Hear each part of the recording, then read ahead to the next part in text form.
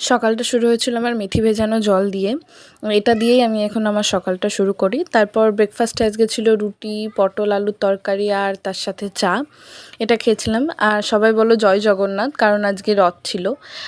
রথের দিন এরা চলে এসেছিলো বাড়িতে রথ নিয়ে। আমি বলেছিলাম পোজ দিয়ে দাঁড়াতে, তাই আবার রথের পাশে পোজ দিয়ে দাঁড়িয়েছিল। এটা ছিল আমার ডান্স ক্লাস।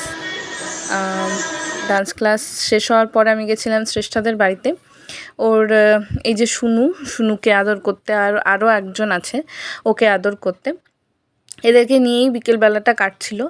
তারপর এ দেখো, একে আমি ডেকেছি আর এ চলে এসছে আমার কাছে। এসে আমাকে কামড়েও দিয়েছিল অবশ্য, যদিও ওটা ইচ্ছা করে করেনি। যাই হোক, এদের সাথে খেলছিলাম। শ্রেষ্ঠাদের বাড়ির নিচ দিয়ে এই মার্কেটটা দিয়ে দেখো কি সুন্দর রথ নিয়ে যাচ্ছে এরা, সেটা আমরা দাঁড়িয়ে আবার কিছুক্ষণ দেখলাম।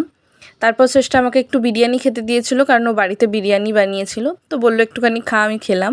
বাড়িতে এসে একটুখানি গ্রিন টি খেয়ে নিয়েছিলাম। আর আজকে আমাদের বাড়িতে ডিনারে ছিল পরোটা আর তরকারি।